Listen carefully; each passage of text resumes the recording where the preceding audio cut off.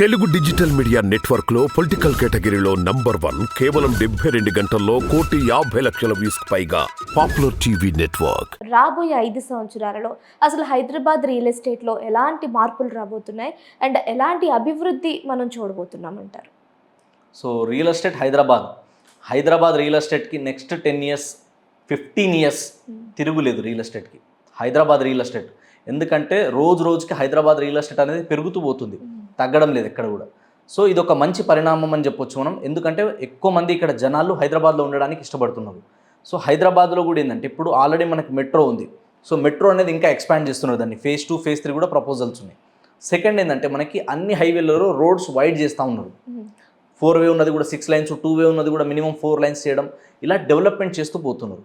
And హైదరాబాద్లో ఇంకొకటి opportunity ఏంటంటే ఇలా హైదరాబాద్లో పుట్టి పెరిగిన వాళ్ళకంటే బయట నుంచి ఎక్కువ మంది వస్తున్నారు, వేరే స్టేట్ నుంచి, డిస్ట్రిక్ట్ నుంచి. కాబట్టి ఎప్పుడైనా సరే కానీ బయట నుంచి ఇన్కమ్ ఎప్పుడైతే ఇక్కడికి వస్తుందో అప్పుడు గ్రోత్ అనేది బాగా పెరుగుతుంది. అండ్ హైదరాబాద్ అనేది క్యాపిటల్ సిటీ, రాజధాని, కాబట్టి రాజధాని ఎప్పుడైనా గ్రోత్ అవుతుంది.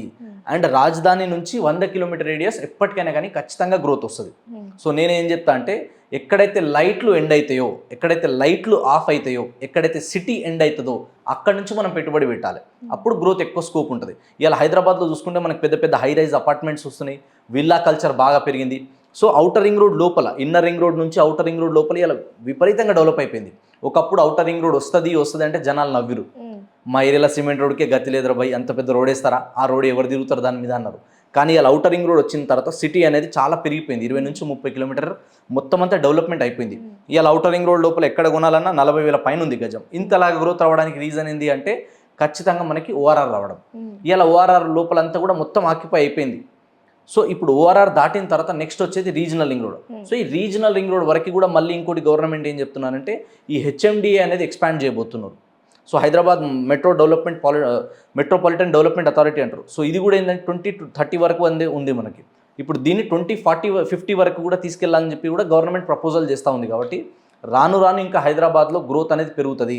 సో కొన్ని ఏరియాలో ఆల్రెడీ బాగా పెరిగింది, ఇంకా కొన్ని ఏరియాలో పెరగబోతున్నాయి. సో హైదరాబాద్ చుట్టుపక్కల ఎక్కడ ఇన్వెస్ట్మెంట్ చేసినా కూడా ఫ్యూచర్ అనేది అద్భుతంగా ఉంటుంది. ఎందుకంటే హైదరాబాద్లో అన్ని రకాల ఎమ్యూనిటీస్ ఉన్నాయి, అన్ని రకాల ఫెసిలిటీస్ ఉన్నాయి. ఎలాంటి డిస్ట్రిక్ట్ నుంచి, స్టేట్ నుంచి వచ్చినా, ఏ లాంగ్వేజ్ వచ్చిన వాళ్ళైనా హైదరాబాద్లో బతకొచ్చు. ఇంకొకటి ఏంటంటే ఇక్కడ పోలీస్ సెక్యూరిటీ కానీ అన్నీ కూడా సేఫ్ ఉంటుంది, స్ట్రాంగ్ ఉంటుంది, స్ట్రిక్ట్ ఉంటుంది చాలా. ఇంకోటి ట్రాన్స్పోర్టేషన్ ఫెసిలిటీ చాలా అద్భుతంగా ఉంది. ఏ టైంలో కావాలన్నా మనం బయటికి వెళ్ళొచ్చు, రావచ్చు. ఏ టైంలో బయటికి వెళ్ళినా కూడా మనకు అన్ని వస్తువులు కూడా కొనుక్కునే విధంగా అన్నీ ఉన్నాయి. ప్లస్ అఫోర్డబుల్ కూడా ఉన్నాయి మళ్ళీ. అంటే వేరే సిటీస్తో మనం కంపేర్ చేస్తే హైదరాబాద్లో కాస్ట్ ఆఫ్ లివింగ్ అనేది చాలా తక్కువ ఉంది వేరే వాటితో పోలిస్తే. డెవలప్మెంట్స్ ఇక్కడ ఎక్కువ జరుగుతుంది రాను. కాబట్టి వేరే స్టేట్ నుంచి, డిస్ట్రిక్ట్ నుంచి కూడా ఇలా హైదరాబాద్ వైపు చూస్తున్నారు. కాబట్టి హైదరాబాద్లో ఉన్న వాళ్ళు, హైదరాబాద్ నుంచి బయట నుంచి వచ్చిన వాళ్ళందరూ కూడా హైదరాబాద్ సిటీకి ఇంకా డెవలప్మెంట్ కోరుకుంటున్నారు.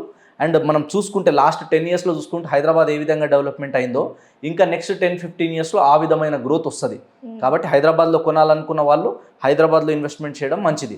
అంత ఇన్వెస్ట్మెంట్ చేయలేమన్నప్పుడు ఖచ్చితంగా మన బడ్జెట్లో ఎక్కడైతే వస్తుందో అక్కడికి వెళ్ళి ఇన్వెస్ట్మెంట్ చేయాలి. చాలామంది ఏమనుకుంటారంటే మా ఇంటి పక్కనే ప్లాట్ ఉంటే బాగుంటుంది అనిపిస్తుంది. ఎస్, మీ ఇంటి పక్కనే ప్లాట్ ఉంటే మీకు ఫిజికల్లీ చాలా దగ్గర ఉంటుంది, అది చూస్తూ ఉంటాం రోజు. కానీ ఫైనాన్షియల్లీ చాలా దూరం ఉంటుంది. కానీ మనం సిటీ నుంచి కొంచెం డిస్టెన్స్ వెళ్ళినప్పుడు ఫిజికల్లీ దూరం ఉంటుంది, కానీ ఫైనాన్షియల్గా చాలా దగ్గర ఉంటుంది. సో మన బడ్జెట్ తగ్గట్టు మనం ఎంత పిండి పెడితే అంతే రొట్టె వస్తుంది. కాబట్టి మనం ఎంత డబ్బులు పెడితే దాని తగ్గట్టే ప్లాట్స్ కానీ, ఫ్లాట్స్ కానీ, ఇండిపెండెంట్ హౌస్ కానీ, విల్లాస్ కానీ ఇవన్నీ వస్తాయన్నమాట. సో మన బడ్జెట్కి తగ్గట్టు, మన పర్పస్కి తగ్గట్టు మనం ఎంత పెట్టుబడి పెడుతున్నామో చూసుకొని దాని పరంగా మనం ఇన్వెస్ట్మెంట్ చేస్తే ఫ్యూచర్లో మంచి రిటర్న్స్ వస్తాయి. అండ్ హైదరాబాద్ రియల్ ఎస్టేట్కి ఎలాంటి తిరుగులేదు, రోజుకి దినదిన అభివృద్ధి చెందుతూనే పోతుంది. హైదరాబాద్ అనేది రోజుకి సిటీ అనేది ఎక్స్పాండ్ అవుతూ పోతుంది. ఇది ఒక గ్లోబల్ సిటీగా మారుతుంది. హైదరాబాద్ అనేది ఒక ల్యాండ్ మార్క్, ఒక డెస్టినేషన్గా ఉంటుంది ఫ్యూచర్లో. చూసారు కదా, ఈ వీడియో కనుక మీకు నచ్చినట్లయితే, అలాగే మీకు రియల్ ఎస్టేట్కి సంబంధించి ఎలాంటి సందేహాలున్నా స్క్రీన్ పైన కనిపిస్తున్న నెంబర్లకి కాల్ చేస్తే మీ సందేహాలన్నిటికీ సరైన క్లారిఫికేషన్ ఇస్తారు.